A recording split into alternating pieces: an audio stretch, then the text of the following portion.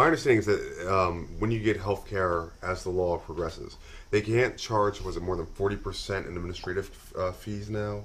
Because I'm wondering now if the employer is paying for the health care, do they get a rebate? Because my understanding is the money has to go back to either the individual So, or... You're talking about a really important provision of Obamacare, which is called the medical loss ratio. So, private health insurance companies sell plans to employers and to people.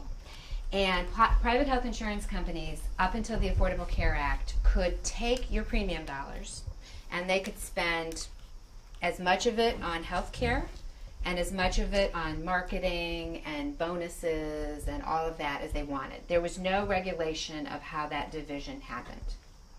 Under the Affordable Care Act, private health insurance companies now have to pay either 80 cents or 85 cents of every premium dollar toward health care. Depends on the type of plan, whether it's 80 cents or 85 cents. And so they can only spend at most 15 or 20 cents of every premium dollar on marketing and CEO bonuses and that sort of thing.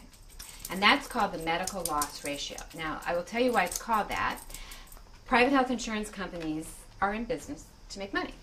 Some of them are, frankly, for-profit companies that are bought and sold on the stock exchange, and some are technically nonprofits, but they are always looking at the bottom line. And so the money that is spent on health care is referred to by health insurance companies as their medical losses. And so the medical loss ratio refers to this fraction of the premium dollar that's either spent on health care or other administrative costs. So under the Affordable Care Act, that is now being regulated. And at the end of July, any company who didn't spend at least 80 or 85 cents of premiums on health care had to actually send rebates to their customers.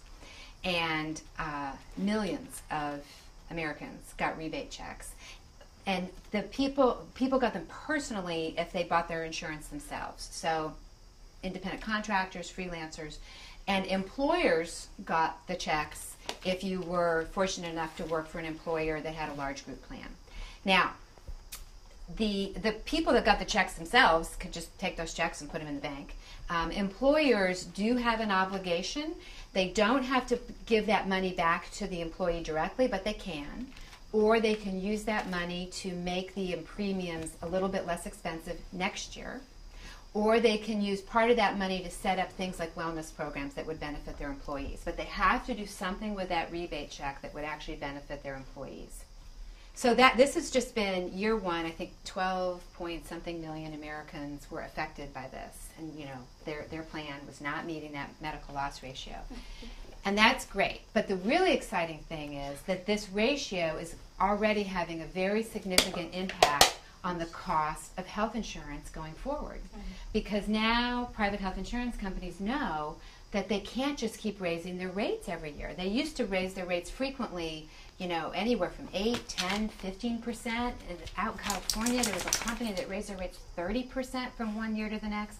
They can't do that anymore because they know if they do, they're simply going to have to give it back. And so what we're seeing this year is a pretty astounding thing.